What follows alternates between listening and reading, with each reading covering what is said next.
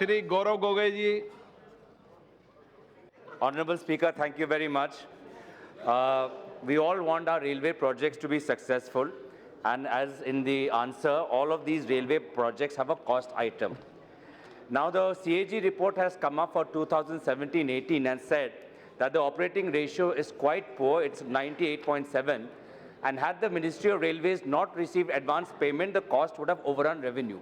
So that shows the performance, financial performance of our railways is quite worrisome.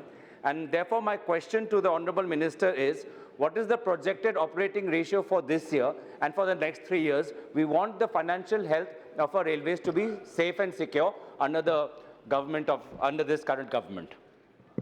Thank you, Honourable Member, for raising this important issue, because a lot of people have been wanting to know, and I could not respond outside because it's a CAG report. I have to first present its action taken to Parliament.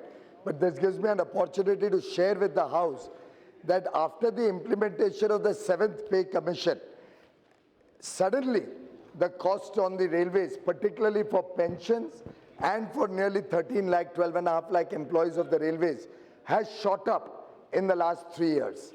The 7th Pay Commission itself has had an impact of over 22,000 crore rupees on the expenditure of the railways, which is more than 10% of the total revenue that is collected in the railways. The railways is a utility, it's a public utility. We try to restrain ourselves from any significant increases in the passenger fares, which also results in a huge cross-subsidy, where the passenger fares do not recover over 43% of the cost that is incurred in providing the passenger services. Suburban services in different parts of the country like Kolkata, Hyderabad, Mumbai, they are in a way a daily means of transport for the people of these cities. There a significant cost, there is under recovery. Also, there are several routes in the northeast, in the state from where the Honourable Member comes, sir, which when we look at the economic viability, will never show an economic viability. They are a social cost. They're the social objective of the public utility. We are investing large amounts in the northeast, in the defense regions, in the hilly areas, where cost recovery is never going to be possible. Similarly, there are over 100 aspirational districts all across the country. We have sanctioned and we are implementing several projects which reach out to these aspirational districts. When we collectively look at all of these, ideally these costs should not come in the operating ratio. They are the social cost of running a government department, a government utility as a service to the people of India. And therefore, I think, considering the fact that large amounts are being invested in all these social obligations, also considering the 7th Pay Commission, if one was to look back at the 6th Pay Commission, when the 6th Pay Commission came in, I think about 2006 or thereabouts, the operating ratio deteriorated by about 15% in 1 year itself. So it's a natural phenomena that happens every time the Pay Commission comes in.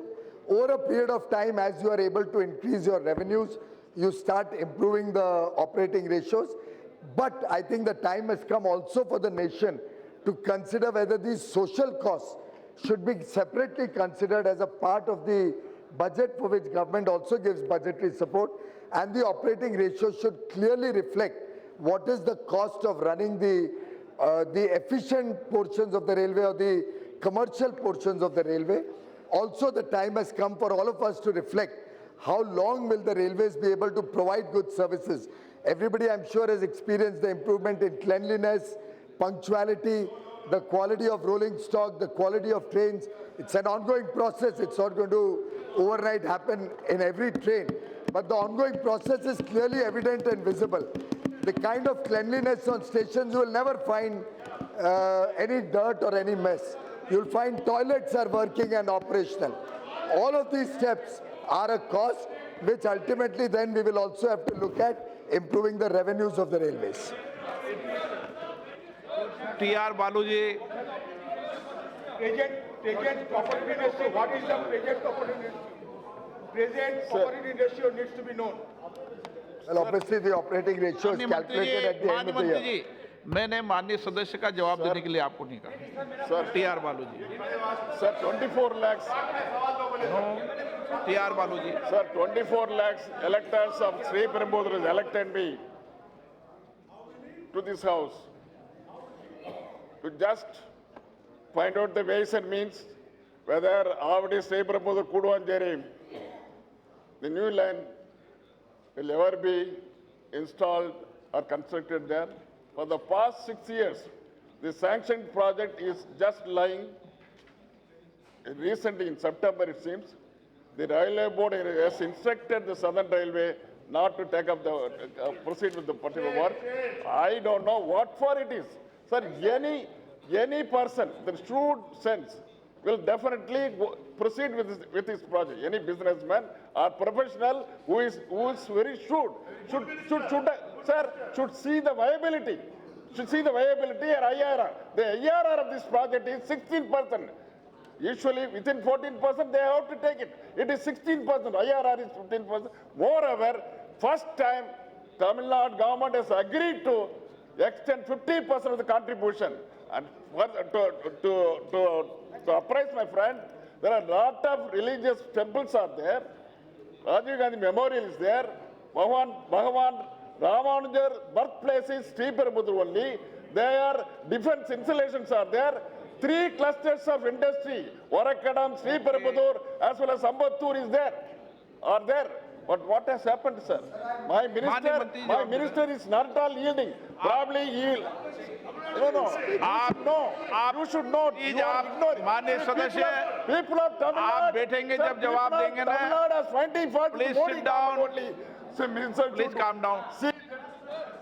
Sir, I am very happy to see that the honorable member has suddenly found a lot of interest in the religious places of Tamil Nadu. It's a very good change that will augur well for the country, particularly when some people and some parties are losing their identity with religion. And here we have a party which is now talking about religious places and connectivity of religious places. It's a matter of great satisfaction and happiness for a person like me who's committed to providing connectivity to religious places of all denominations, of all religions. As regards this particular project, honorable member has certainly expressed his desire that the project should be implemented quickly.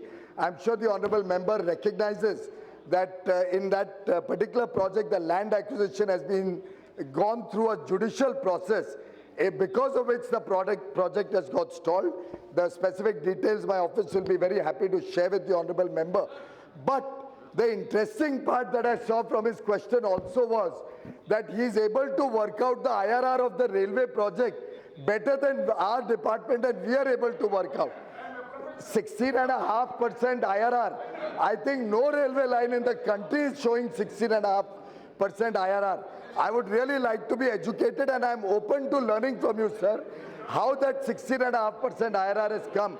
Because if that 16.5% IRR is possible in that railway line, especially without carrying any freight, because there's no freight traffic on that route, I think we will be able to make all the railway lines in the country profitable.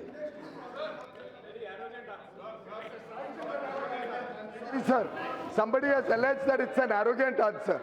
I have humbly submitted that I would like to be educated how 16.5% IRR can come on any railway project.